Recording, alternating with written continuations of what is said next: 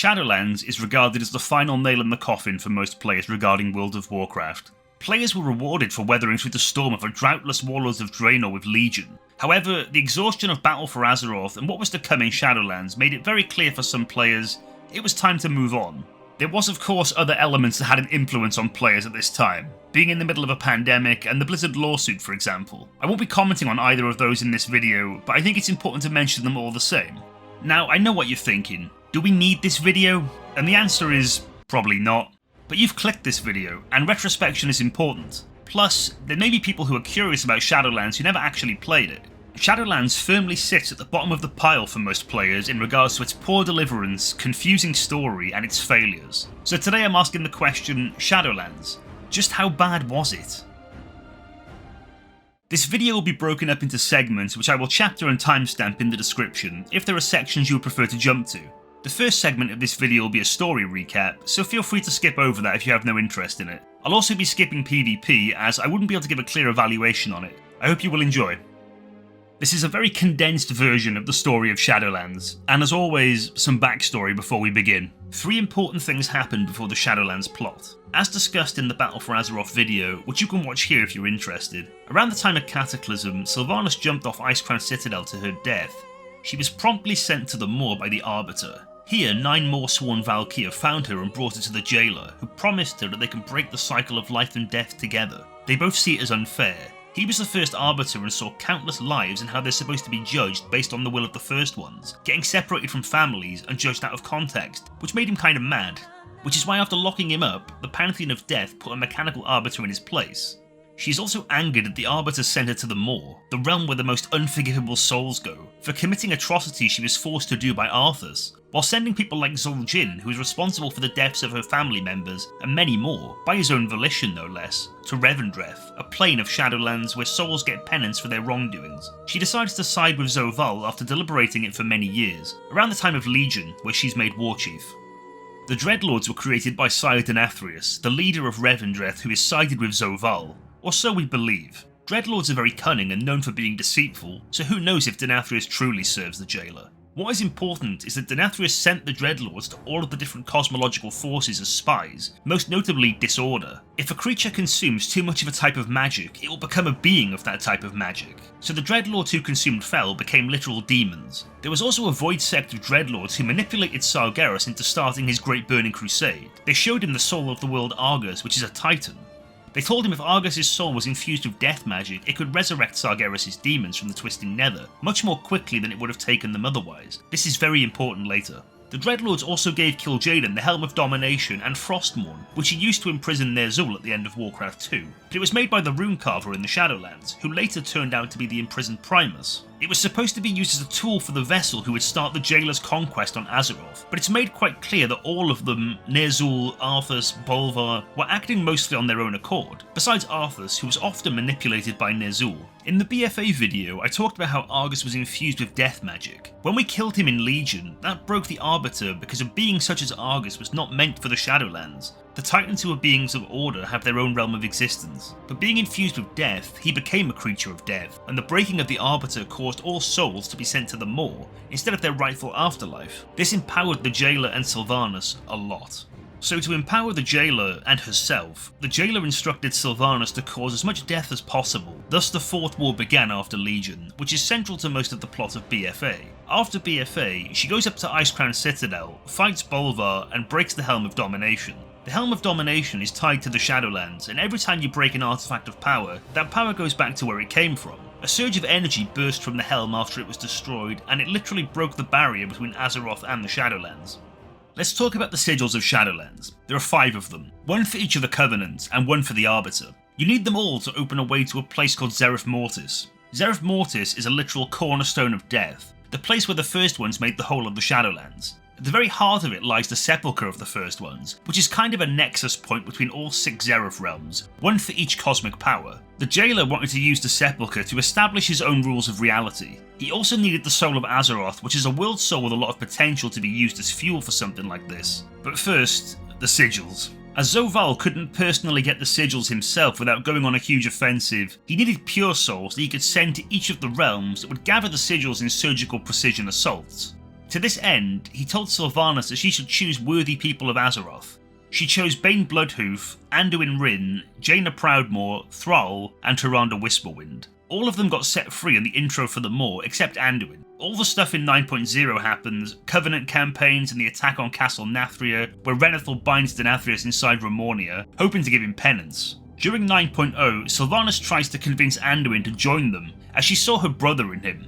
However, when all else failed, Anduin was completely dominated by the Jailer using Domination magic, which is a twisted form of the language of the first ones. It was made by the Primus as a means to imprison Zovaal when he wanted to reshape reality, back when he was the Arbiter. He also got a new weapon called Kingsmourn that was made with the soul of Arthas. This is where 9.1 happens.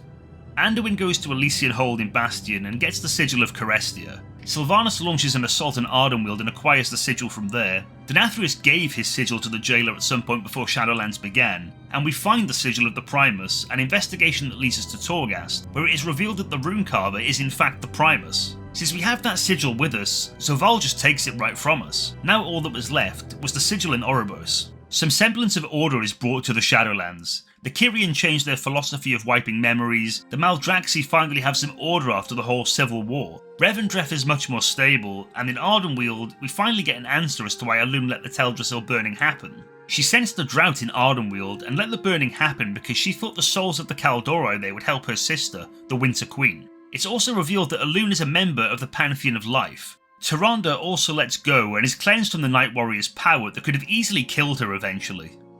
Another big thing that happens is that the Dreadlords take Ramonia, which still has Sire Denathrius bound inside, and they take him somewhere.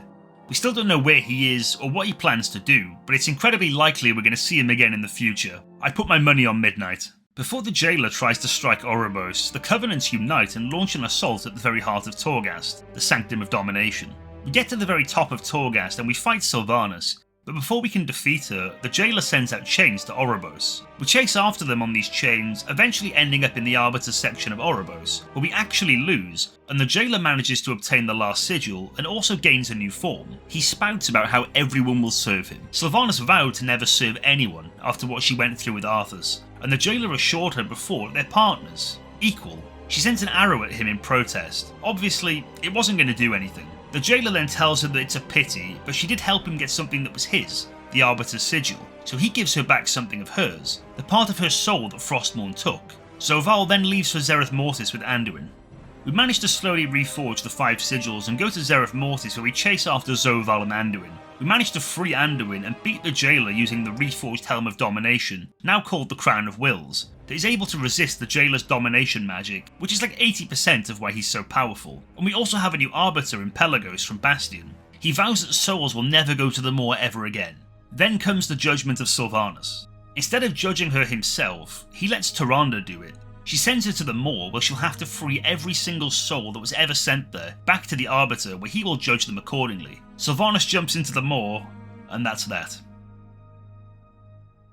The story of Shadowlands is very difficult to follow. It's confusing, it feels incomplete, and Blizzard themselves even admitted that Zovaal was considerably underdeveloped as a villain. Shadowlands, to me, felt like a bit of a nostalgia bait, and enticed what seemed like a greatest hits of WoW characters that had died in the past. Most players would probably agree that the story felt like a slap in the face, whether that be the promise and disappointment of Arthas' appearance, the retconning, Sylvanas' potential redemption arc, or any other complaints you may have. I'm sure they are valid. Pinning or blaming most things on the Jailer completely lessened antagonists of the past, which I'll talk about in more detail in the Jailer section of the video. It was just a very dismal experience. I think it was a really bad idea to explore what happened after death in World of Warcraft. Exploring the afterlife and giving a final answer is always risky, and so likely to be unsatisfying. It also really grated on me personally that they label Shadowlands, and in particular the Zereth Mortis patch, as the final chapter in the Warcraft 3 saga. The Shadowlands story pulls together threads that started in Warcraft 3 and wove their way through many of our expansions.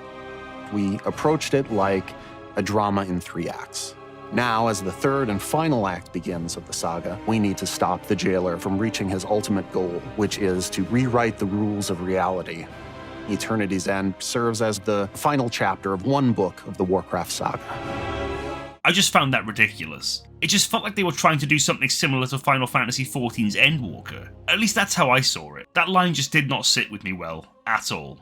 Anyway, whilst I think Shadowlands' story was confusing and very poor, it's important that Blizzard don't just sweep it under the rug, because it's a necessary evil to build potential future storylines. For example, Anduin's struggles as featured in The War Within. Whilst you may never see, hear, or even reference the Jailer again, this is all part of Warcraft's history, and Blizzard shouldn't run from that, but embrace it. Regardless of how bad it did, similarly to WoD, it's in the history books now, and the only thing left to do is move forward. There are some really cool theories out there in relation to the Primus, and I have no issue even buying into them, but it wasn't for us to tell this story, it was them, and they screwed it up.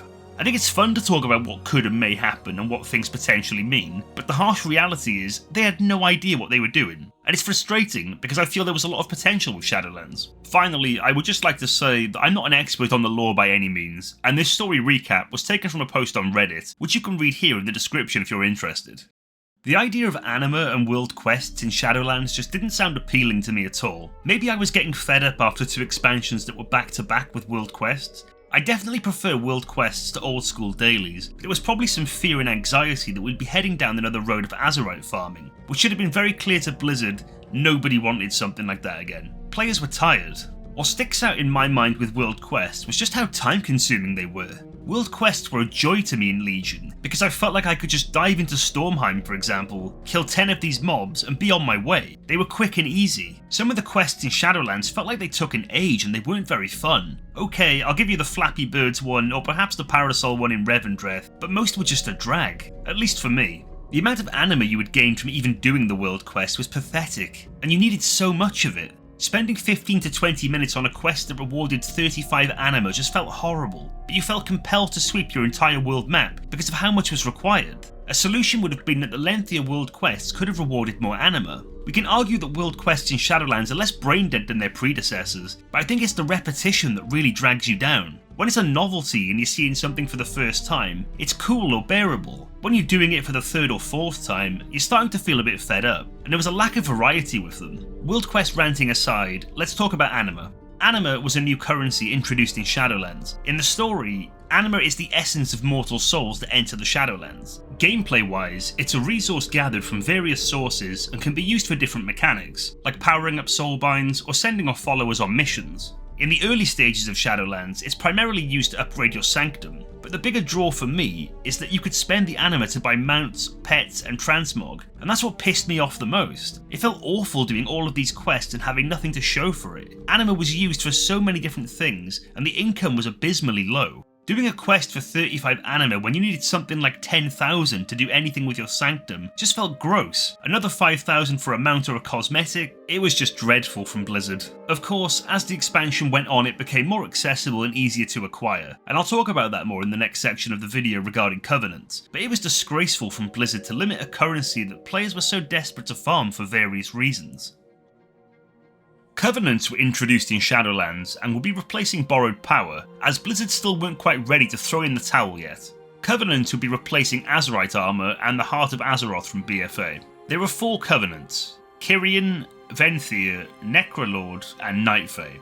You're introduced to them as you progress through the Shadowlands storyline, and at max level, you get to join one of them and get access to their rewards, including a class-specific Covenant ability, a Covenant signature ability, unique transmogs, and more. When Covenants were revealed at BlizzCon, I instantly fell in love with the idea of them. My love and devotion for Uther is unmatched. He's one of my favourite characters, and when they mentioned he was involved with the Kyrian, that was all I needed to know. Everything else was white noise at that point. This was the Covenant I was choosing, regardless of power gains. Luckily, Holy Paladin was still great with Divine Toll, but most were playing Venthyr, but that's by the by. There were some fun abilities tied to the Covenants, like Door of Shadows if you chose Venthyr, and I don't even want to get into spells like Convoke for druids. Soulbinding was also introduced as part of the Covenant system. This would allow players to bind their soul to certain key members of the Covenant, unlocking access to traits and bonuses. Additional rows of Soulbind traits are unlocked by gaining renown with your chosen Covenant. The power of the Soulbinds can be increased by using conduit items at the Forge of Bonds found in each Covenant sanctum.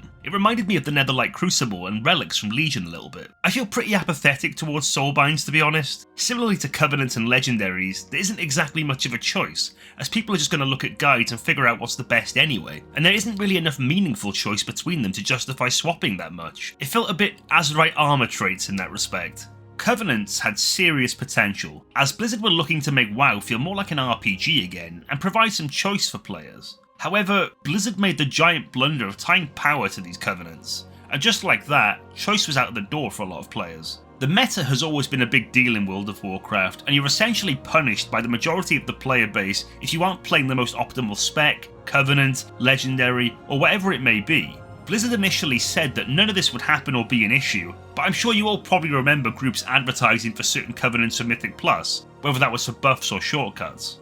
It was clear as day the issues Covenants were going to cause, as many content creators and streamers implored with Blizzard not to go through with it. Blizzard reassured players, with Ian coining the phrase "pull the ripcord" while doing an interview with Preach. Pulling the ripcord was essentially their plan B if Covenants went down badly. It would involve opening the systems up entirely and allowing players to swap their powers freely and not be punished for wanting to experiment with their characters. Originally, the plan was made for it to be possible to switch Covenants, but the price to switch would be costly. Ian later shared that it would be easy to switch to a new Covenant, but not so easy to return to one that had been previously left. This is a big example of Blizzard thinking they know better than the player base, and this behaviour and mindset was a real issue with them for the longest time. My personal opinion is they were getting high off their own supply, and new players would play the game regardless of the decisions they made. The same could be said about something like warbands in The War Within. This is great quality of life, but it's also something that had been talked about for years and years. For the longest time, Blizzard would constantly butt heads with the player base,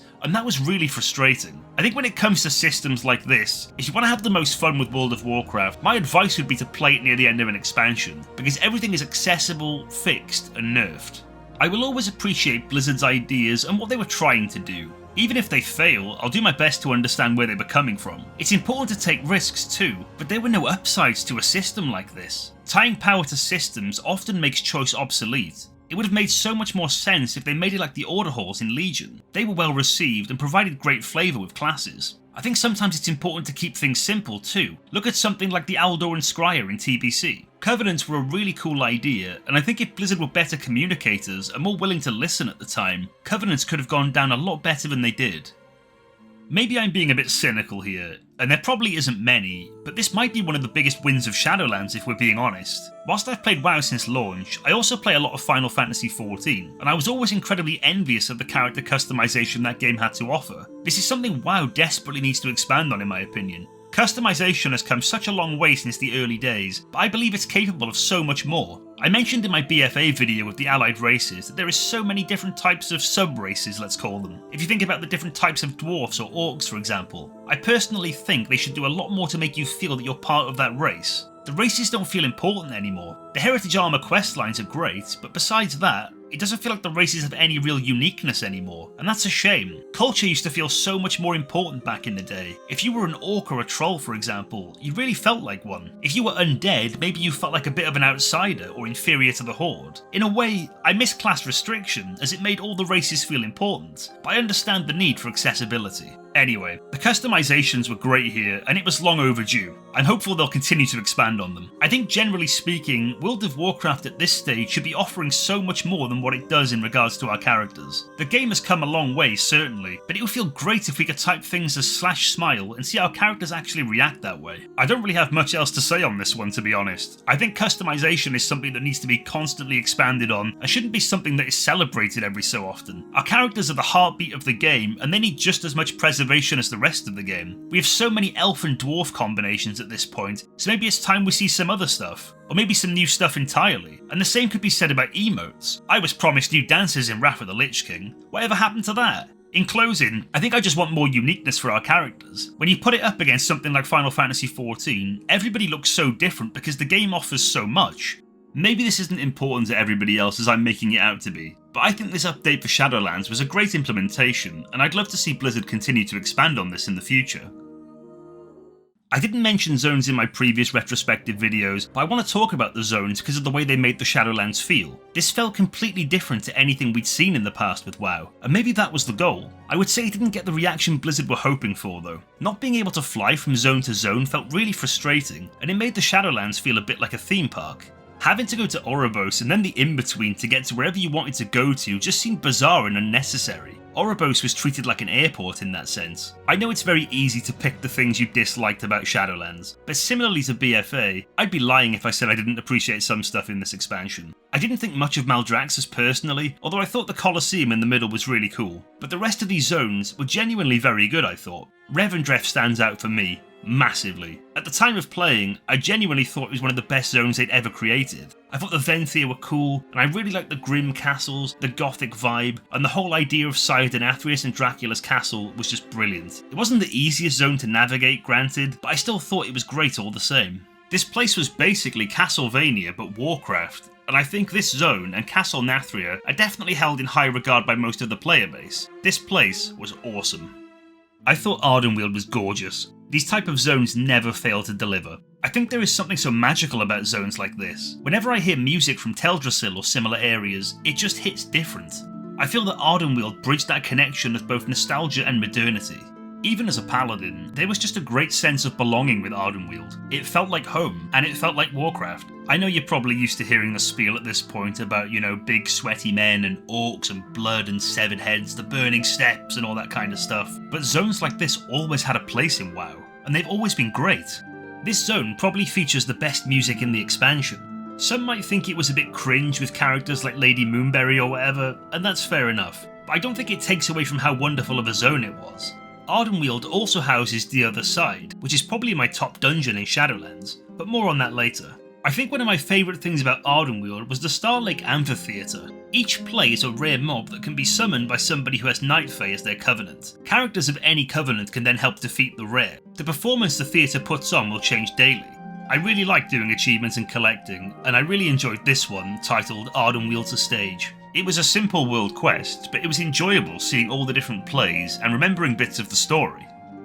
Bastion was the place I was most interested in. I remember seeing the leaked artwork for Shadowlands, and then of course, the reveal. Another Uther mention, naturally. I talked about a great sense of belonging with Ardenweald, but I loved this place, and I loved Elysian Hold. I think from a lore perspective, maybe it's a bit murky or weird. It didn't sit with me great that souls of all planets across the universe go to the afterlife and just become blue humans. And I don't dislike the Kyrian by any means, but I think they could have made them look more angelic, maybe more similar to the spirit healers. I think regardless of how you may feel about the Kyrian, their design, and even their ideology, it can't take anything away from the zone itself. It had a wonderful colour scheme and beautiful music. Admittedly, when you fly into Bastion, it feels like somebody has thrown a flashbang into your face.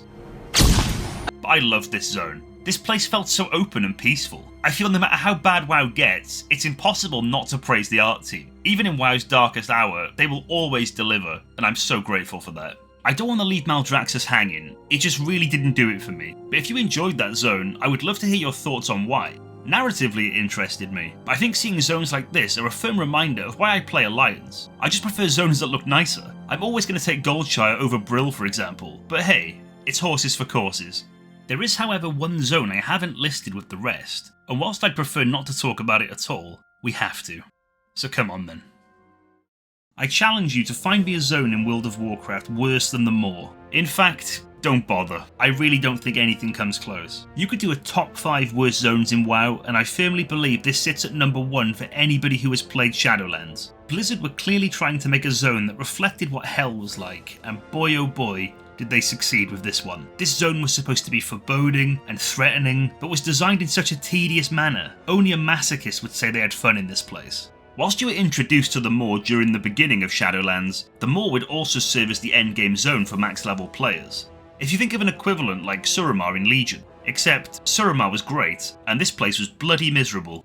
This place absolutely succeeded in regards to being nightmarish, but there was nothing interesting about this zone. It was boring, it was bleak, and it was just spiky hills upon spiky hills. The two biggest things that stand out for me in the Maw are a new currency that was introduced called Stygia, which was obtained in the Maw, and annoyingly, it was a currency also lost in the Maw if you died. If you died, you'd have to run back to the location where you died to retrieve it.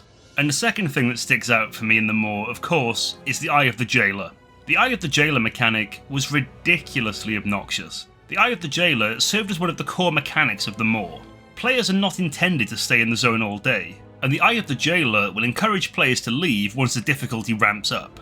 The Eye of the Jailer threat level is raised by killing enemies and completing tasks in the Maw, and is displayed on a circular bar surrounding a symbol of the eye at the top of the player's screen. The Eye of the Jailer has 5 stages, each with increasing threats. First, Soul Seekers will attack you on sight. Then towers will bombard your location, dealing damage and slowing you.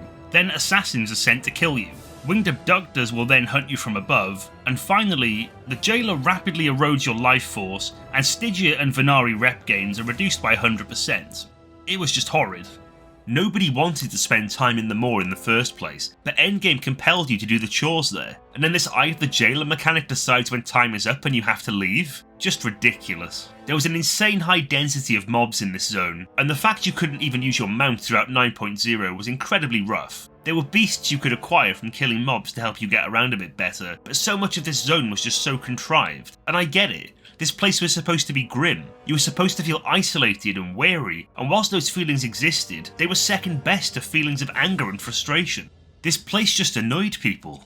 I will say that it was nice to have a zone that was challenging, because a lot of players are critical of how easy or face roll World of Warcraft is these days. You felt scared of this zone, you dreaded this zone, and that was obviously the goal. The problem is that the gameplay was miserable and oppressing as well. It leaned far too much into punishing players. There was nothing fun about this zone, and it was so central to the endgame of Shadowlands. It felt depressing having to revisit it every week because of the grinds, and I have a pretty good tolerance for bullshit, I think. I've played WoW for long enough, and I'm sure you can think of tons of annoying stuff they've done in the past, but this just took the cake. I liked the idea of the Maw. The idea of a Warcraft equivalent of Hell sounded dope, but I feel I can say that about most of Blizzard's ideas. In theory, most sound great, but it's often their execution or a failure to listen to feedback that is the problem. Also, the fact that we still can't fly there 2 expansions later is crazy to me. There really is no need to have restrictions like this when it's not a relevant place anymore. I know this is probably a bit nitpicky, but as a collector and somebody who'd like to get things in certain areas, it just feels frustrating to feel punished when something isn't current content now. But hey, at least we can mount there now, right? Shadowlands Legendaries and Torghast go hand in hand. Sadly. That was Blizzard's biggest mistake, and maybe Shadowlands' greatest failure systematically. It's a toss-up between Torghast and Covenants, but if you want to talk about untapped potential, look no further than Torghast. Torghast is without a doubt the biggest swing and a miss Blizzard have ever had with a system and feature in World of Warcraft. This is what everybody was looking forward to the most, I feel. Torghast was a box feature for Shadowlands similar to Island Expeditions and Warfronts from BFA. It was advertised as an infinite dungeon that could be played by up to 1 to 5 players. Torghast was Blizzard's take on a dungeon crawler or roguelike in World of Warcraft. If you think of games like The Binding of Isaac or Hades, or even Blizzard's very own Diablo, these aren't really my kind of games, but I was really interested in seeing how they could put their own spin on it in World of Warcraft. There was a huge buzz around games like this at the time, so it made sense that Blizzard wanted to incorporate something like it into the MMO. I would describe Torghast as polarizing. The potential was huge, but ultimately, this project was a failure.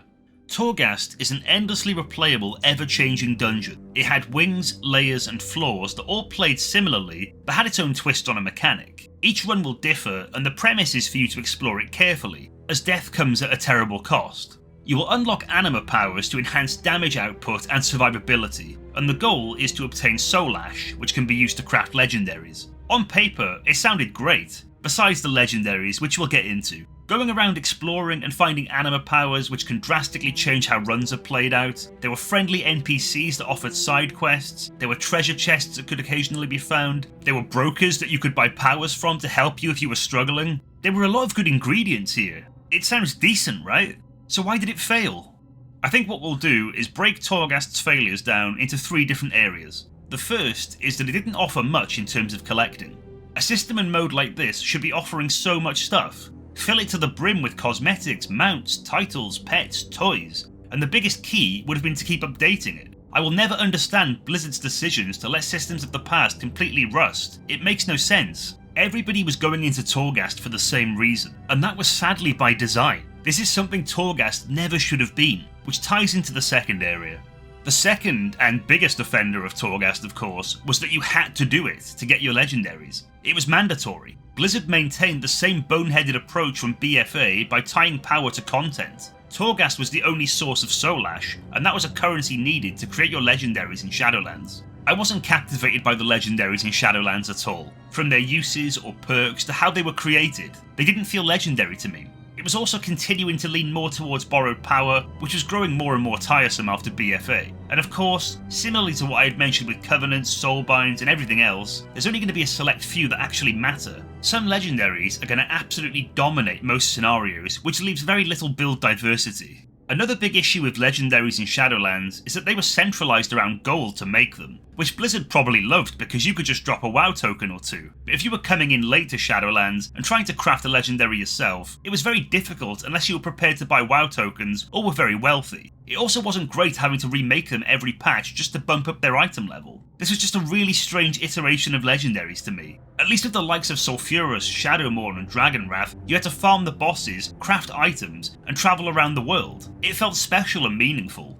The Dragonwrath end quest felt special with the roleplay in both Stormwind and Orgrimmar. With the Shadowlands Legendaries, you just drop a WoW token, do a bit of Torghast and call it a day. Never mind Soulash, it felt soulless. Torghast should have always been something players could engage with if they felt like it, for unique rewards like transmog, mounts, achievements and such. Tying power to it was a huge blunder, and it was hugely damaging to the experience.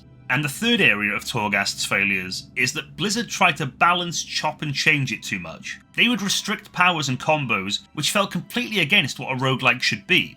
Roguelikes should let you scale to obscene power levels, and they stomped that out. And that felt really disappointing. It felt like Blizzard were allergic to fun. We saw some really great stuff in the alpha, feedback was great, and Blizzard completely switched up and went the other way with it. It was odd. There was clearly a fear of failure in the past from Blizzard. That if they didn't tie power or gear to content, then players wouldn't engage with it. And that might be true on some level, but that doesn't mean everybody would ignore it. It makes more sense for content to be more freeing and see how players click with it, and if it does well, then maybe that's something to build on. If you start forcing players into content, that's going to breed resentment, and now nobody's having fun anymore. It's nicknamed Torghast for a reason. It felt like a job. I will always echo the same sentiment of, if you want to have the most fun in World of Warcraft, then play the expansion near the end, and the difference with Torghast was night and day. The initial iteration was really rough. If you fail, you walk away with nothing. You only had 2 wins a week. It's quite crazy that every iteration of Torghast that we saw on the alpha looked far more interesting and enjoyable than what we actually got. Prior to patch 9.1, players are allotted a set amount of deaths, starting with 5 for solo players. Once the death counter reaches 0, the very next death will trigger a 30-second timer. Once that timer expires, a mob known as the Taragru spawns at the beginning of the floor and slowly walks all the way to the exit. The Taragru will one-shot any player it comes across. Should you or the entire party die, or the Taragru reaches the end of the floor, the run will end and the jailer will eject players from the tower. There were changes to Torghast in 9.1 that introduced a numerical scoring mechanic, and also the Box of Many Things, which served as a Torghast-specific talent tree, which unlocked permanent perks. The Taragru also featured as a boss in the Sanctum of Domination raid, so the death counter mechanic was removed at this point. Deaths would still negatively affect score, but there was no hard limit on deaths anymore. Patch 9.2 introduced a new type of encounter called the Jailer's Gauntlet, also known as Boss Rush. This is probably the most fun I had with Torghast, although it did strip back what Torghast was supposed to be about, I think. It removed long levels of trash, traps, puzzles and events. Instead, this fast and furious method is a series of quick boss fights in small packs. The Box of Many Things also doesn't apply in this mode. There is no timer to beat, the death rule would be returning, and if you died on a level, the boss would reset to full health.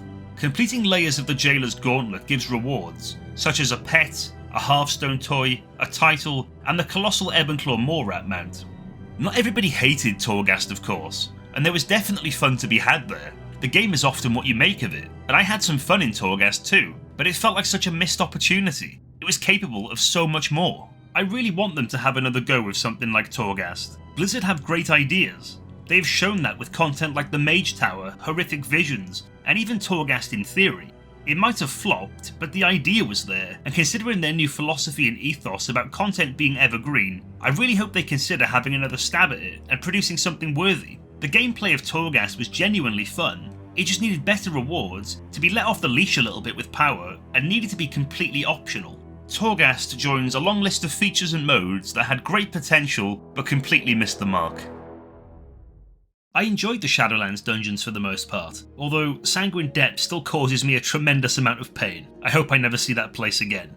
Healing that second boss on high keys in Mythic Plus was just vile. I think Sanguine Depths and the Necrotic Wake were the only dungeons that I really dreaded. As talked about in the Covenant section of the video, depending on which Covenant you chose would provide a benefit to the dungeons, which would make you quite valuable for certain keys, and this shaped a lot of players' experiences. Some examples of this are Nightfey having the shortcut in Mists of Turner Scythe, Kyrian being able to use a spear to stun packs of enemies, Venthyr being able to take control of statues to help fight mobs, and Necrolord being able to acquire some nice buffs in the Theatre of Pain. There are different perks for each dungeon. I use Kyrian as an example because it's the Covenant I'm most familiar with. Kyrian can use the spear I mentioned in Spires of Ascension, but in the Necrotic Wake, they can use their little helper to fix a robot to grant the party buffs. This was a fun idea, but some players were a bit gatekeepy about who they let into their groups based on their Covenant, which was really sad and frustrating. Covenants aside, let's actually talk about the dungeons themselves. I think Shadowlands had a decent pool of dungeons. Call me crazy for this one, unless you like it too, but I thought Plaguefall was great in terms of the boss fights. I enjoyed them all, I think. The third boss in here was quite healing intensive, and it was nice to take advantage of my spells as a paladin, with the likes of Divine Shield and Blessing of Protection. I thought the last boss was fun too. I enjoyed that dodging mechanic. Spires of Ascension was okay. It was nice to make use of throwing that spear as a Kyrian. I felt the boss fights were solid, and as a lover of everything Bastion, this place was just great in terms of its design. Those double fist guys that both needed to be kicked though were an absolute healer's nightmare. Good lord. I also enjoyed the last boss in here too with the spear mechanic. Unless somebody missed, then it wasn't so fun. I really struggled with Necrotic Wake, Theatre of Pain, and Sanguine Depths. From the aesthetic to the trash to the boss fights, I just didn't get on well with these places at all. I felt like my heart was always in my mouth with Necrotic Wake. I found it very difficult. Theatre of Pain always felt like a 50-50 on whether the group would actually be good, but it was nice to have the freedom on which route you wanted to take. I'd like to see more of that in Mythic Plus, and I've already expressed my fears of that second boss on high keys in Sanguine Depths. However, I really loved the gauntlet leading up to General Carl. Maybe I'm weird for even liking that part of the dungeon, but it was enjoyable to me. But if I ever have to run Sanguine Depths again, it'll be too soon. My top 3 dungeons for Shadowlands are probably Halls of Atonement, Mists of Turner Scythe, and The Other Side. Halls of Atonement felt like the easiest to me, but I still had a great time with it. My only criticism with this place is that you had to clear so much trash before you even fought the first boss. That felt rough. But it was very open, allowing you to try out different routes and pulls. The bosses were fun, I loved Revendreth, and would definitely be happy if this dungeon found its way back into the Mythic Plus pool in the future. Mr. Turner Scythe is probably the dungeon I ran the most in Shadowlands. It was quick and easy. I used to really enjoy pushing keys on this dungeon, and I just loved the vibe of the place. I really enjoyed their little take on The Legend of Zelda's Lost Woods, although it was a shame how easily spoiled this was with add-ons or somebody sticking a marker on the boss so you could just see which direction she was heading. The guessing game was also an interesting mechanic with her fight.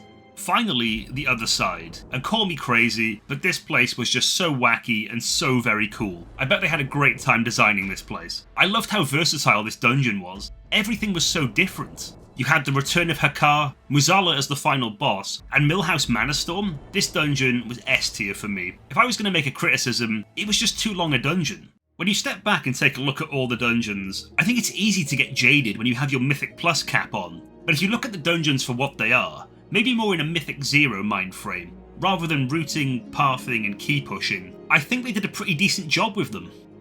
The Mega Dungeon series had great success with both Return to Karazhan in Legion and Operation Mechagon in Battle for Azeroth, so it made complete sense to keep this trend going. The Mega Dungeon for Shadowlands was Tazavesh, the Veiled Market. I really liked this place. Shocker, right? Blizzard released yet another banger of a Mega Dungeon. Tazavesh was set in a bazaar of the mysterious brokers that we had seen throughout the expansion, and it was full of all sorts: dastardly assassins, four-armed broken guards, and even a bloody dragon pirate. I can't help but reference Suramar because I feel it's the gold standard of WoW at this point, and I just really love Legion. But Tazavesh was shades of Suramar for me. This place felt alive.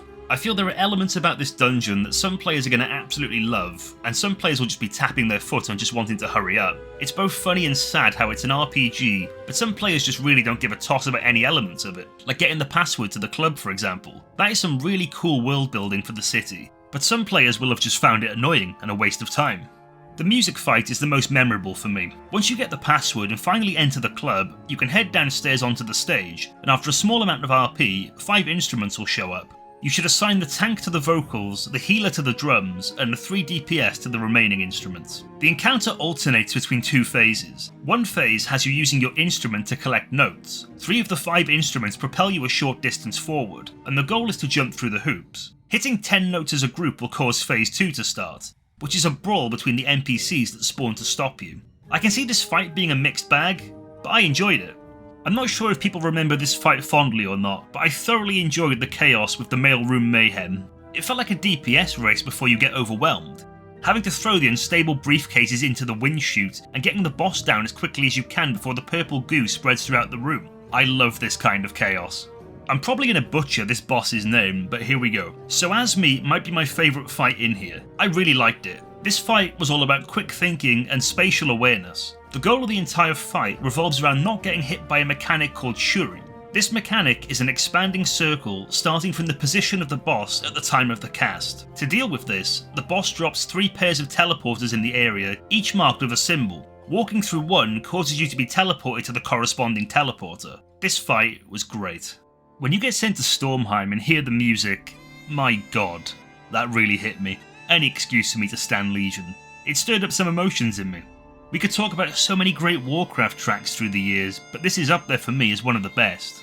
Hilbrand was cool. Maybe it wasn't the most pug-friendly of bosses, but with some communication, it was fine. I think with so much of my time spent in Final Fantasy XIV these days, I get a real kick out of solving mechanics and working things out, as opposed to just following DBM or the weak aura, which is pretty much how everything gets solved in WoW. It really takes the sting out of it. During the boss's intermission phase, he would become immune to all damage and start channeling Sanitizing Cycle for 45 seconds. During this time, 4 runes appear on the circles around the boss, and the 5 consoles spread around the room activate. The middle console, which is present on the back wall of the room, provides the player clicking it with the direction of where the symbol should go. The 4 other consoles just become clickable, and it's the job of the player to pick up one of the symbols and take it to the right console to activate. Communication was important, but as I mentioned, they were just weak auras to deal with stuff like this, which was a bit disappointing, but it is what it is. It was a solid fight nonetheless. I have to mention the time-travelling dragon pirate, because how can't I? It was just so random and so ridiculous. It was fun. There was nothing crazy or exciting about this boss, outside of its appearance. It was an ad-heavy cleave fight, and of course, it's a dragon. Don't be in front, don't be behind.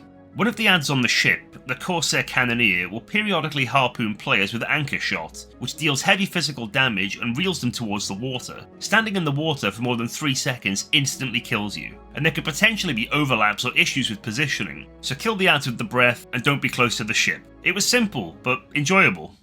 Celia was the final boss in Tazavesh, and I think some people would say that the Trash Prior was harder than the boss itself. The devoted accomplices attempt to cast a 50% heal and 50% haste buff to low health targets. This must be kicked. Adorned Starseekers also periodically spawn pulsars through Drifting Star. This does a lot of damage through Pulse until defeated. Moving into Celia herself, this is a good encounter. I never got on with Celia personally, but that's mainly because I sucked at this fight and never really learned it properly, as I was dipping in and out of Shadowlands so much. The first phase has the boss start off in her cartel form. She will periodically spawn assassins, and more importantly on pull, and every minute thereafter, Celia will cast Collapsing Star. Collapsing Star spawns a large sphere somewhere in the area. It persists for 25 seconds, and you can drain it of energy by touching it. Doing so deals a heavy amount of arcane damage to all players, and debuffs them with collapsing energy, increasing the damage they take by any other discharges significantly. Fortunately, it doesn't last long, so the idea is to take a charge, let the debuff drop, and then go again. Finally, she frequently casts Hyperlight Spark, summoning a blast of arcane energy that jumps between players, dealing damage as it jumps. Upon reaching 40%, Phase 2 starts, after a bit of roleplay about the Progenitor Relics, and of course, healing to full. Celia moves into her elemental form now, and the 5 relics are somewhere in the area. They start off in a pentagon in the middle of the arena, but can move around on their own. She stops summoning ads at this point, and instead uses the power of the relics and will continue to cast Collapsing Star. She begins the phase by casting Power Overwhelming, which she will cast at various points in the fight. During this, she becomes immune to damage and begins to cast Hyperlight Jolt, targeting all 5 players and providing you with red arrows to indicate which way the jolt will go. The idea is to hit every relic with the jolt. Failure to do so means that you'll have to line up the relics you missed on a subsequent cast, with everybody taking extra damage from the jolt. It sounds harder than what it is, but basically everybody takes one relic and stands behind it. I found it tricky, but as I said, I didn't have much practice with this fight, and I wasn't running it regularly on Mythic Plus. Similarly to the other mega dungeons, Tazavesh was broken up into 2 wings for Mythic Plus, and it also featured a hard mode. Gambit is held in very high regard as a dungeon wing in Mythic Plus. I went into this dungeon with high expectations off the back of the previous mega dungeons, so I'm really pleased that it delivered for me. Through its faults, Shadowlands did make 2 brilliant quality of life changes for Mythic Plus, albeit one came during the final season of Shadowlands, but it's no less valid, and has completely transformed the way Mythic Plus operates now. The first change is something that seems crazy to think went on for 2 whole expansions before Blizzard decided to act and change it, and that was the Great Vault. Before explaining the Great Vault, it's important to talk about the history of why it exists.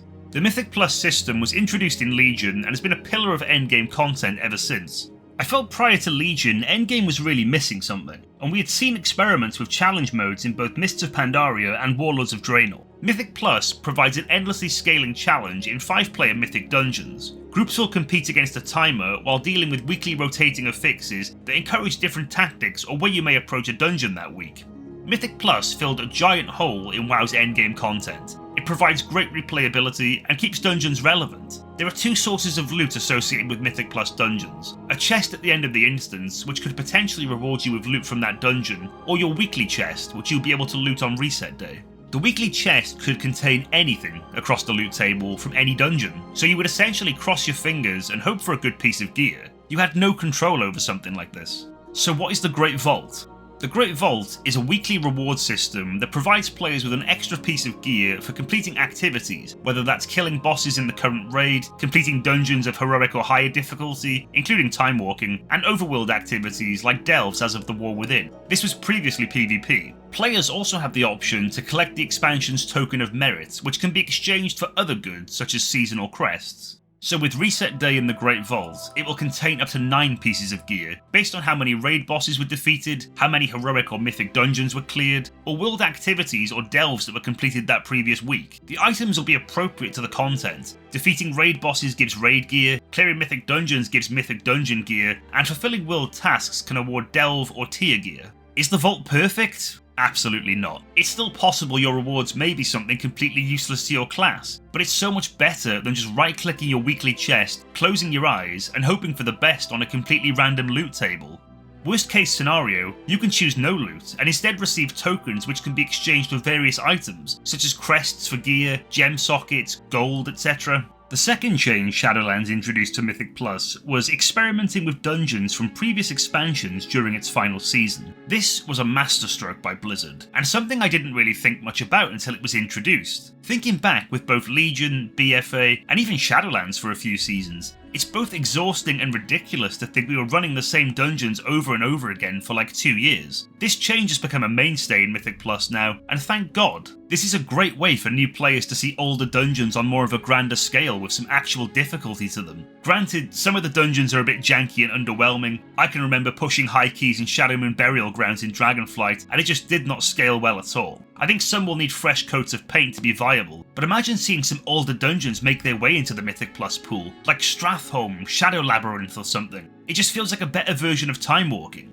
In closing for this chapter, I would say it was a big win overall. There might be some dungeons you disliked, and that's natural. I think with every expansion in WoW, there are going to be a few duds or places you dreaded going to, and that's okay. But overall, most were solid. The Mega Dungeon lived up to its predecessors, and the quality of life was very much welcome. I think we can all commend Blizzard for this one. I feel some players will define an expansion purely based on the raids, so let's jump straight into the jewel in the crown that was Castle Nethria. I thought this place was brilliant, but holy crap, does anybody remember how difficult this was on launch? It felt so overtuned. Admittedly, I was part of groups that were running both normal and heroic with a full house of 30 people, which didn't feel great. But it was insane to read the stories about how much people were struggling with this raid. I have good memories of this place, and it was probably the most I enjoyed Shadowlands, as I took a break after this raid. I was really invested in this story, and honestly, I wish it wasn't the first raid of Shadowlands. I wish Denathrius could have been more of a Gul'dan equivalent from Legion. Give us some serious build-up, and then allow us to launch an attack on Nethria. Losing Denathrius so early felt like a real shame, as he was a giant win of the expansion. People loved him. Don't get me wrong, the stage was very much set. Revendreth was the final leveling zone, and we had seen what the Anima drought had been doing to the Shadowlands in each area. It was a really good way of setting the stakes. I think I was just sad that it was over so quickly. Getting into the raid itself though, Castle Nathria was stunning. It was like a red and gothic version of Suramar. It was wonderful to look at, and this was a great raid to explore. It didn't just feel like one boss after another with trash sprinkled in between. I love dungeons and raids where you have some variety and can pick where you want to go. I'll be talking about these boss fights primarily from a healing perspective, and I won't be listing them all, just the ones that left a good impression on me. I remember Huntsman was insane early doors. Before he was tuned, he was an absolute monster. There were some fun mechanics with this one. I can still remember my team's immunity order, and of course, having to heal the souls. Kael'thas is one of my favourite Warcraft characters, so I was really excited for this fight. I appreciate them making something fun for healers. It was nice to get something similar to Dreamwalker in ICC. It always feels good to get really buffed up and just pump big heals. Zymox was really fun, definitely a standout boss in this raid. This fight revolved around using portals to dodge deadly mechanics. This fight required a lot of coordination and movement was super important. Players would also have to deal with moving seeds so the raid didn't blow up. I had a lot of fun with this fight. My favourite bosses in here are probably Council of Blood and Sludgefist. I know everybody's probably thinking ain't no way for Council of Blood, and now you're immediately hearing the likes of Boogie Down in your head, and I'm sorry for that. Healing this fight on Mythic took me back to Star Augur in Nighthold. Not so much the mental gymnastics, but just the difficulty. It was really tough. Healing Sludgefist on Mythic was just a treat. I liked how you fought Shriekwing and then returned to the same area to fight Sludgefist. Both fights take place in the same area, but with Shriekwing you're hiding behind the pillars, and with Sludgefist you bait the boss into destroying them. Encounters like Sludgefist are probably some of my favourite in WoW. This is where you truly feel something as a healer. Being able to coordinate your cooldowns, make a difference and save lives. Nothing beats it. Although watching people kill themselves with the chains was both hilarious and frustrating. It wasn't exactly rocket science, but I loved how healing intensive this was on Mythic. I'll give a quick mention to the Stone Legion generals because they just felt bizarre, especially on Mythic. It was so reliant on timing. There was a lot of phases, it just didn't feel good at all. It was confusing, it was stressful, and I don't even think Blizzard knew what they were really trying to achieve with this one. Scythe Athreus was a great fight. I talked about how I wished he was a Gul'dan equivalent narratively, but this fight definitely lived up to that kind of level of hype. I sadly never got to kill him on Mythic. My guild folded to the dreaded Stone Legion generals, but I thought Denathrius was a really great encounter. I think one of my favourite things about this fight was the fun things you could do in the transition if players didn't manage to clear all of their stacks. There were some fun options to help yourself or teammates. If I was really quick, I could give somebody a Blessing of Freedom, and they could just run straight into the middle. I loved how chaotic and claustrophobic it could potentially get towards the end of the encounter too, as Denathrius would make parts of the room inaccessible. All in all, Nathria was a good time for me. Maybe you didn't enjoy Castle Nathria, and that's okay, but Nathria was the last time I took raiding seriously in WoW, so I do hold it in high regard. I've done a bit of casual raiding here and there since, but I think it's unlikely I'll ever raid in WoW regularly again, so this raid is quite special to me. Just a quick disclaimer regarding both Sanctum of Domination and Sepulchre of the first ones before we get into them. I did them both via Fated in Season 4, so our experiences may be different if you were progressing them at the time of their release. It was pretty difficult to get excited for Sanctum of Domination, to be honest, because it just epitomised so much stuff of the expansion that I struggled with or wasn't enjoying. The Maw, Torghast, Sylvanas. It just felt like more of the same. But I was coming back from a lengthy break away from the game, and I was trying to make the best of it. The style of the raid and the music just wasn't very appealing to me because it was basically Torghast, and I had definitely had my fill of that. So I'm sorry if this was your favourite raid, but I don't have a great deal of nice things to say about this place. I enjoyed some of the bosses though, sure. It was nice to finally stick it to the Taragru, and the use of anima powers from Torghast was a nice touch for the encounter. I was really happy to see Garrosh again. I loved how unapologetic he was. That was perfect. I know people were critical of how poor his cinematic was, but at least his character remains intact. I wish we could have seen more of him. Painsmith sticks out a lot in my mind with Sanctum. I think that probably has something to do with the race to World First. He's always the first boss I think of when it comes to this raid. Painsmith will go down as an all-time great. His intermissions where the raid have to dodge a series of spikes was a lot of fun. This boss is probably one of the biggest standouts, and likely the fondest memory of this raid for a lot of players. Kel'Thuzad is another favourite of mine, and I really want to praise him returning, but it almost feels wrong to. It's up there with Onyxia levels of characters returning now. Can't we just leave him be? That being said, I've always enjoyed encounters that have realms or that make the raid team split up, so I liked that. It had a very Naxxramas feel with the trash mobs too. I also thought the achievement to reunite him with his beloved pet was a nice touch. My love for Kel'Thuzad aside, he's sadly regarded as one of the worst modern boss fights, and that hurts because of who he is as a character. Sylvanas was an interesting one for me, although because I was coming back late to the game, I had already seen cinematics and various other media, so I knew she wasn't killed off. Not that I thought for a second that's something Blizzard would ever go through with. This was a long fight, but I don't think that was surprising given who it was. Regardless of Shadowlands' faults, this was a huge moment. I liked the chain gauntlets, and it was nice to actually see some of the major characters getting involved. I think it was hard to get excited about this fight because of how forced Sylvanas was in the narrative. Players were so fed up of her, and we'll talk about that later in the video. It's also both amusing and sad that she has Sourfang on her loot table, but as a trinket. The boy deserved better than that, although we did get him in the cutscene with Anduin and Varian, which was nice. This fight just kind of feels like whatever to me, but I think asking people to dedicate 15 minutes or so to a boss fight on normal is a bit much. There isn't any other bosses I particularly want to talk about with this one, because it just felt so devoid of personality for me. So you tell me, what did you like the most? Who were your favourite and worst bosses in Sanctum of Domination? I think a big criticism with Sanctum is the gear not being interesting enough, or the Shards of Domination system, which has its own chapter later in the video. For me personally, this raid was okay, but the fact it was so similar to Torghast just bugged me. I thought they did such a good job with Castle Nathria in terms of its design, but I think people were so fed up of the Maw and Torghast that having a raid dedicated to them just felt kinda crappy. This raid was very much an in and out for me, thankfully. I can't quite imagine what it must have been like to slave away at this every week.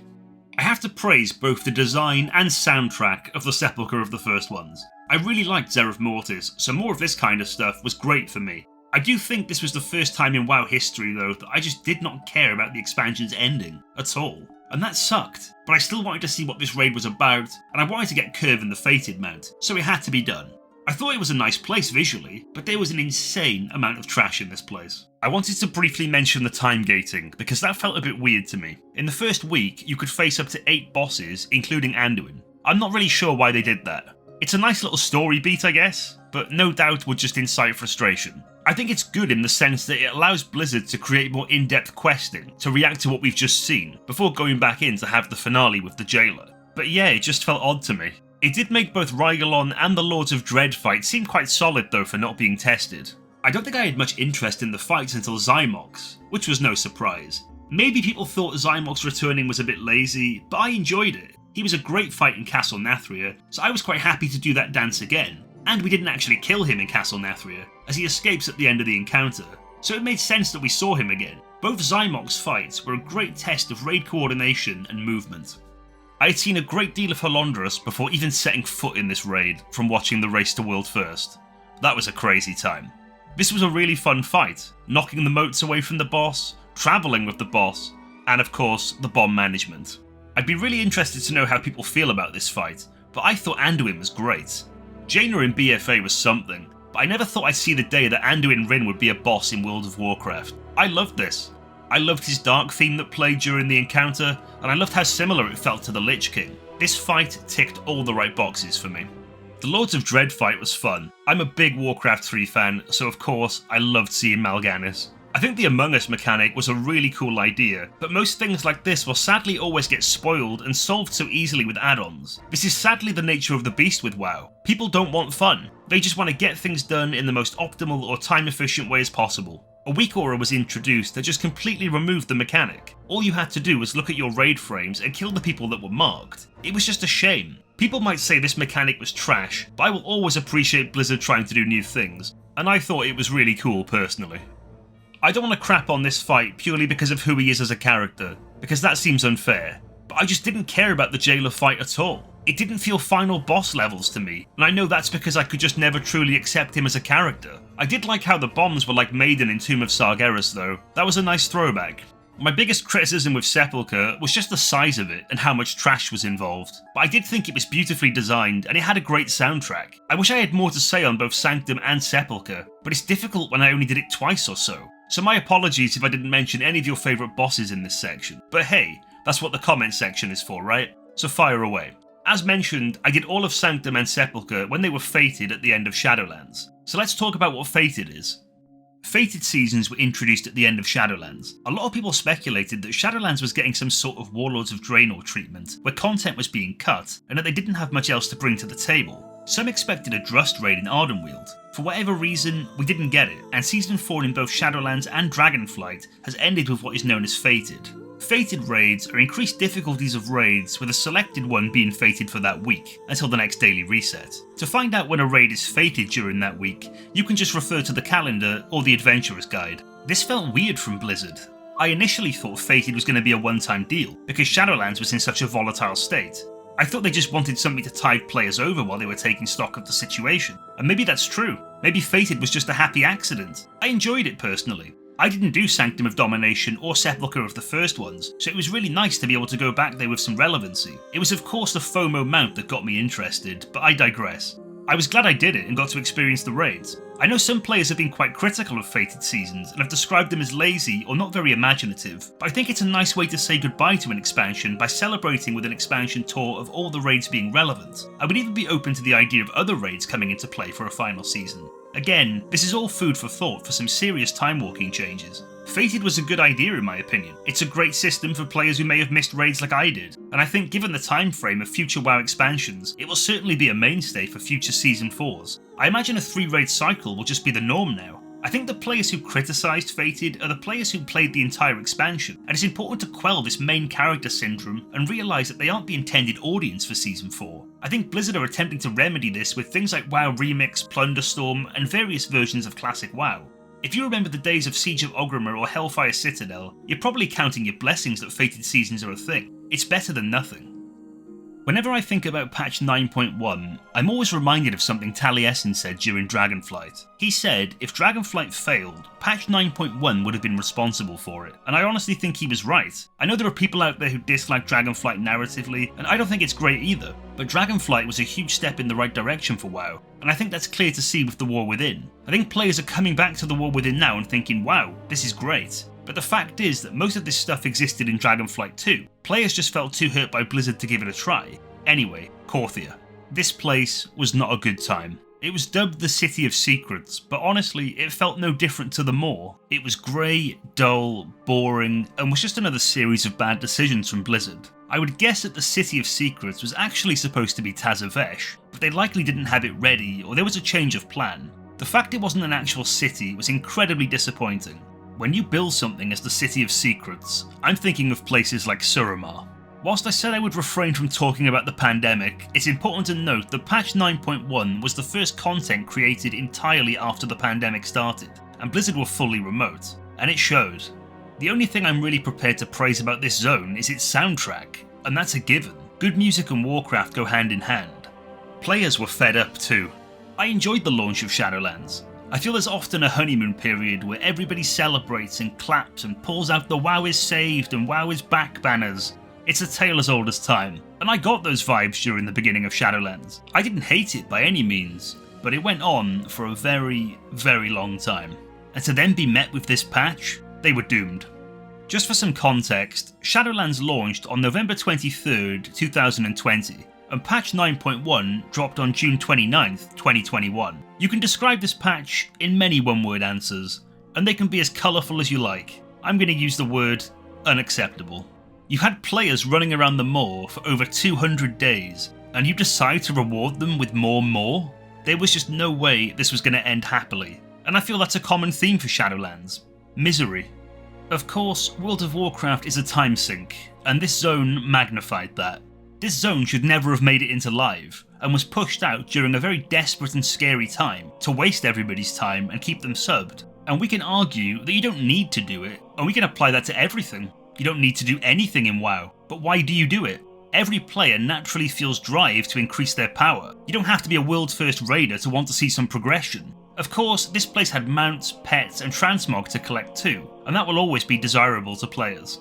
Some of these Covenant transmog sets were tied to dailies, and they aren't up very often, which makes them frustrating to acquire. Furthermore, your Covenant annoyingly matters too, so you needed to be the matching Covenant of the quest giver to actually see the reward. There are still sets, mounts, and all sorts that I need in this zone. I just can't bear to go back and deal with it. Maybe someday, but that'll be a cold day in hell, I feel. Also, this is another zone that you still can't fly in, and that just annoys me. Similarly to the Maw, there was nothing satisfying about this place. Everything about this place was bad. The RNG dailies, the design, the poor deliverance of the zone. The only secret this zone had is that the city simply never existed. Patch 9.1 also saw the introduction of a new system called Shards of Domination.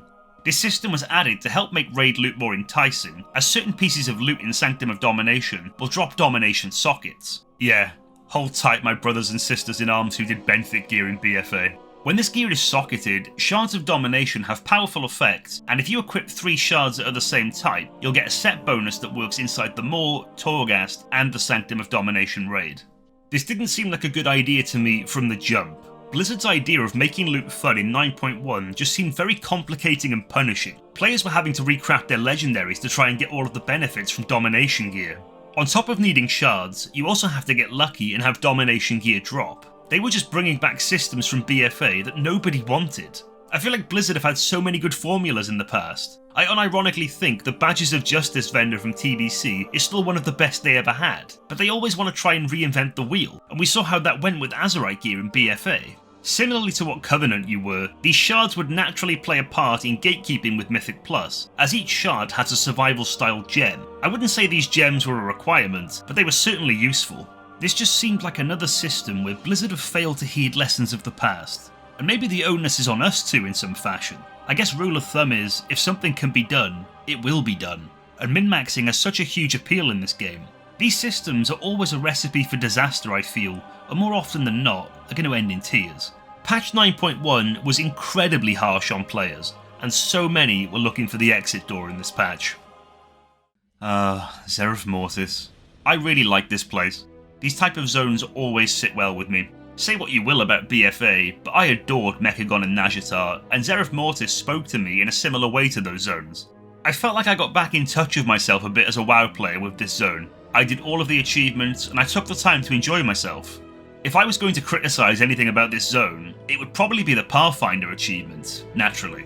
To unlock flying, you had to complete the meta achievement unlocking the secrets. That being said, I fully enjoyed traversing the land for a change and enjoying this zone to its fullest. After spending so much time in the Maw, the colours in this zone were a breath of fresh air. The word alien is used to describe Zereth Mortis a lot. It just looked so different to everything else, and it had some beautiful landscapes. I think this zone gets a bad reputation purely because it exists inside of Shadowlands. It was a great zone in a bad expansion, and the latter is sadly what will define it for most players.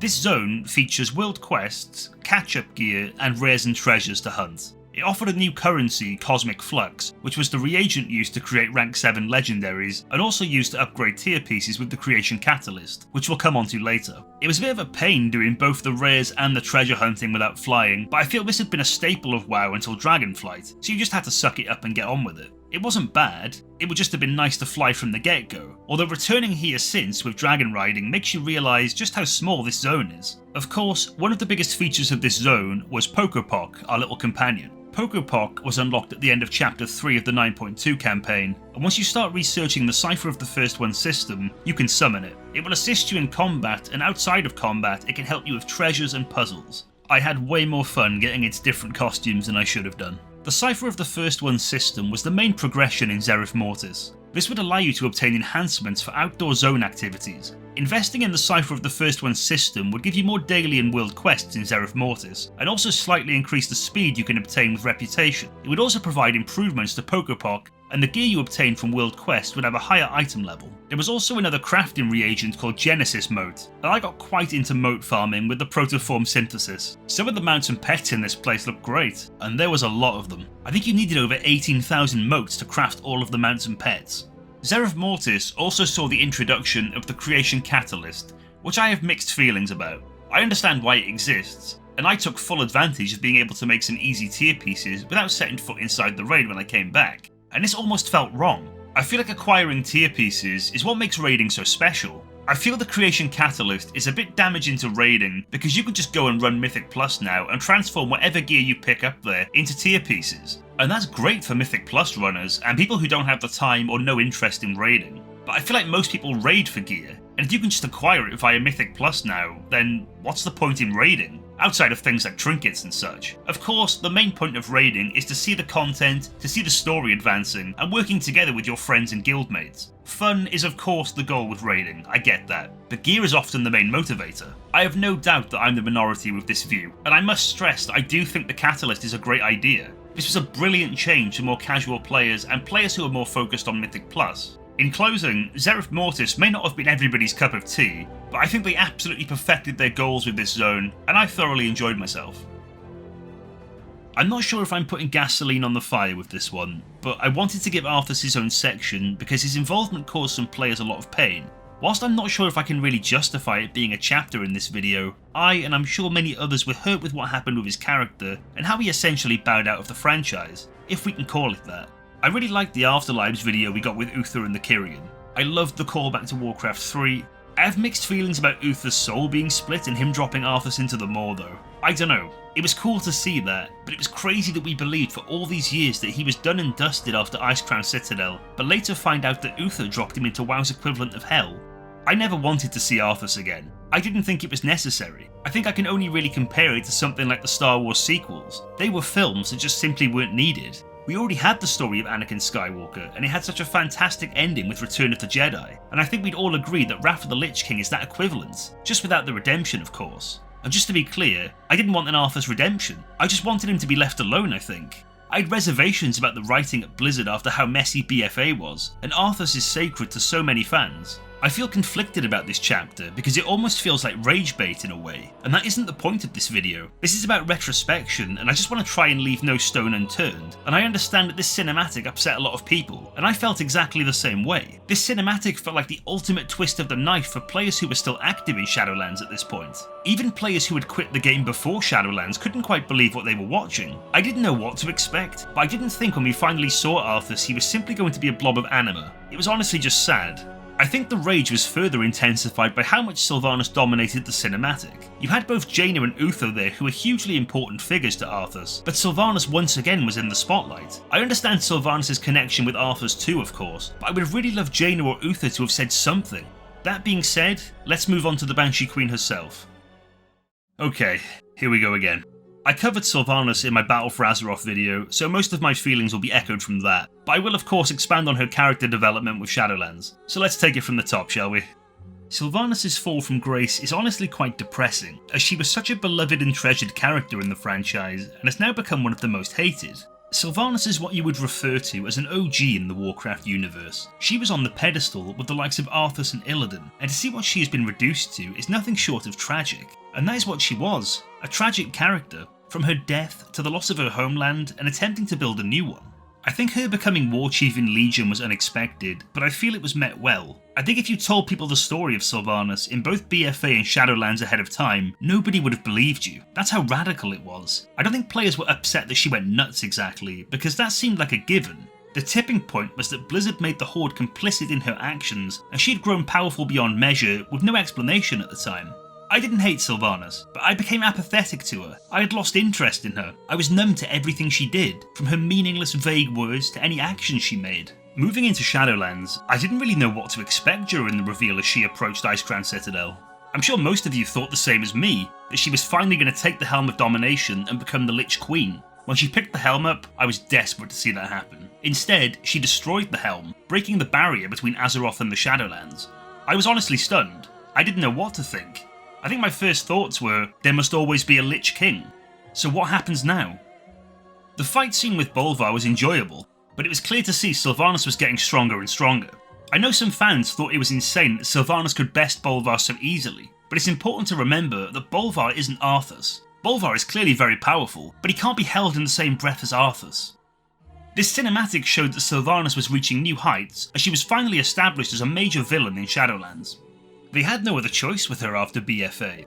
Her fate was sealed the minute Teldrassil was burned, and I think that hurt us all as fans. This was a road that Sylvanas never should have walked. Blizzard failed Sylvanas. She was an interesting character for so many different reasons, and by the end of BFA and deep into Shadowlands, nobody cared anymore.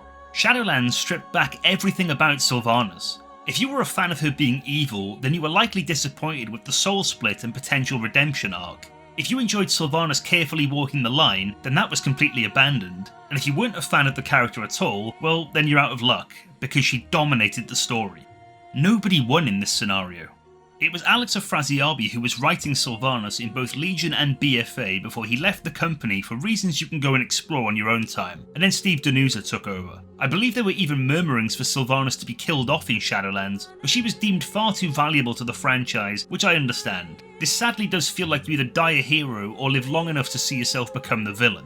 I feel like this is kinda what happens when you have multiple people writing characters. I'm full of Star Wars sequel references, but if you look at how the films went from JJ to Rian Johnson and then back to JJ, there's just no way these films were going to be coherent or make sense, because both directors had different aspirations and visions, and I feel that's what happened with Sylvanas. I'm not trying to defend Sylvanas, because I really didn't like what happened with her either. It's just important to try and explain how everything got so messy. Sylvanas fought to overthrow Garrosh, she's fought alongside Varian Rin on the Broken Shore, and as mentioned, even became War Chief of the Horde when Vol'jin died. I've mentioned a ton of times that I'm an Alliance player, but that cinematic when Sylvanas becomes War Chief is so damn good. But years later, we're led to believe that the Jailer was involved, and now everything is just tainted. And we'll come on to him in the next chapter, don't worry. But this was just really gutting. She stopped caring about what was dear to her, and we saw how fast they backtracked with this with the Undead Heritage questline. Sylvanas was turned into Garrosh 2.0 and wanted to kill everybody to fuel the Jailer and herself. It felt like everything was being thrown away, and that's what hurts the most. Shadowlands undid years of lore and progress.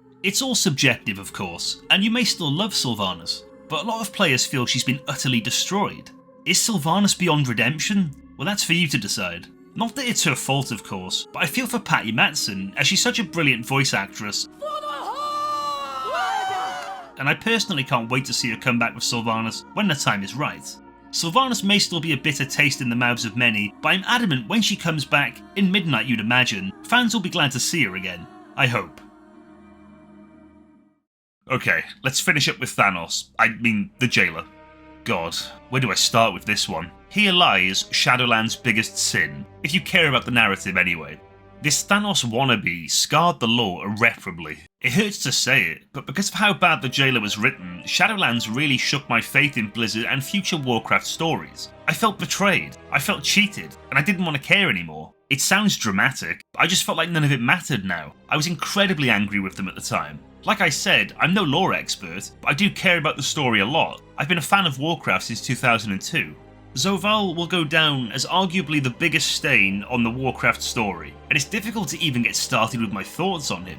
Blizzard put a lot of stock in this character, so much so that they were prepared to air quote retcon Warcraft 3, which is beloved to so many fans. Retcon might be too heavy a word, it's more the angrier word for sure because it has negative connotations, and people want to express that. A nicer word would be revision, but I digress. As of now, the Jailer is responsible for creating Frostmourne and by extension the Lich King, whereas we believed for the longest time the Lich King was a tool of the Legion. As I mentioned in the Thoughts on Story section, I'm quite happy to go along with the theory of the Primus being the Jailer, or whatever else people want to believe. I would have personally loved the BFA N'Zoth fever dream that some speculated. That sounded great to me, and it would have done N'Zoth justice somewhat, because he was another giant letdown. Speculation is great, but as I said, it wasn't our job to tell this story, it was theirs. Nothing made sense with this character. Zovaal is likened to Thanos from Marvel because he's collecting WoW's equivalent of Infinity Stones with the sigils of the Shadowlands, and he acquires them through the sheer stupidity of the major characters. There was just zero substance with this villain. He wasn't likeable, interesting, or sympathetic. His arc was just hopeless and confusing. I still can't believe the Jailer was doing all of this stuff because of an even worse threat on the way. It was insane how in the final raid cinematic it is revealed that the Jailer was trying to protect everyone from something bigger and badder, when we were led to believe he was this great giant evil supervillain and responsible for so many things in the lore. If the Jailer was this great big protector and trying to do a good thing, why didn't he just tell us what his plan was and we could have worked together? Sorry, but I can't reconcile with him almost killing Bane. That was just bang out of order. On a serious note though, it was just ridiculous that this was the conclusion. It's very clear they had no idea what they were doing with the Jailer, and his vague motivation for rewriting reality just doesn't hold any water with me. The only way I could have accepted something like this was if they were about to nuke the game a Realm Reborn style and introduce WoW 2. I would love to be able to say something positive about the Jailer, but this was a character with no redeeming qualities whatsoever, and it's both bewildering and depressing that Blizzard greenlit this. I'm not saying Blizzard are master storytellers by any means, but this was just so disappointing from them. I know this segment is about the Jailer and not Sylvanas, but it was utterly insane that Sylvanas' ultimate goal was revenge against Arthas and for what he did to her people, but then she decides to throw her lot in with the Jailer, who we have now discovered is responsible for the Lich King. Yet apparently she's okay with that. Also, simultaneously working with Kel'Thuzad, the same person who saved Arthas when she had him banged to rights in Warcraft 3. It was just crazy. We can talk about covenants, Torghast and systems, but for me, the biggest offender of Shadowlands is how Zovaal was never hinted at anywhere else in Warcraft lore, and the reason for that is, it's because he simply never existed. The Jailer was plucked out of thin air, and everybody was told to point the finger at him. He's responsible. He's the guy in the shadows orchestrating all of this, like Palpatine in the bloody Star Wars sequels. It was just pathetic. It was incredibly damaging to antagonists of the past, the Dreadlords, Ner'zhul, Kel'Thuzad, Sylvanas. Knowing they're all servants of the Jailer just cheapens all of their stories. Even more so, knowing that the Jailer was written so poorly with no appeal and didn't enhance the story remotely. All this did was lessen their actions and motivations, knowing that they were controlled or influenced by a guy who didn't exist until decades later, as far as the audience is concerned. And maybe if they found a way of connecting those dots or exploring Zovaal even remotely, rather than just dumping him on us, it would have been more accepting, but probably not. I can't accept them adding him retroactively and calling that background story. I'm not prepared to entertain that. It feels like a cop-out to add a new character who has never been alluded to once and say he was responsible for so many events in the story. I can commend Blizzard for creating villains like Xal'atath with some actual baseline, background, history and substance, but I will never forgive them for creating the Jailer. I mean, what can I really say? I've bent your ear off for long enough at this point, I think. I've done my best to try and say positive things about the expansion where I can, but the reality is, there was just so many missed opportunities here. Poor decision making, confusion, and refusal to listen to the player base. There was really no possible way for Blizzard to save face, certainly from a narrative perspective. Of course, there were elements here and there I enjoyed about Shadowlands, but overall, it was a really miserable time, and it hurt to see a game and universe I've been so invested in for over half of my life struggle like this. This was a hard video to put together. I try my best to remove emotion and to be fair and objective with these videos, and to provide solutions if I can, but it's very difficult to say positive things about Shadowlands or the times that we were living in. And I genuinely think our lifestyles contribute a lot to our enjoyment of things. Whilst I believe this was a factor, it's not an excuse. Shadowlands was very apt. It was an expansion about death, and the truth is, it almost killed World of Warcraft. It was dark, it was oppressive, and ultimately for the vast majority of players, it just wasn't fun. It's without a shadow of a doubt the darkest and hardest period in WoW and Blizzard's history. Blizzard tested a lot of players' loyalty with this expansion, and Dragonflight did its best to put out the fires caused by both BFA and Shadowlands. This video is my opinion, and you may have similar or completely different views to me, and that's great. These videos are made for discussion, entertainment, and opinion. So, Shadowlands, just how bad was it? Why don't you tell me? What are your memories and opinions of Shadowlands? It's possible you may have loved the expansion. Maybe you took solace in it during hard times. Maybe you quit for Classic WoW. Or perhaps, like many others, you felt it was time to close the door on World of Warcraft for a while. Let me know your thoughts in the comment section below. I also have retrospective videos on both Legion and BFA that you can click somewhere on the screen if you're interested. Thank you so much for watching this video, especially if you sat through the whole thing. If you enjoyed this video, please consider liking and subscribing, and I'll see you in the next one.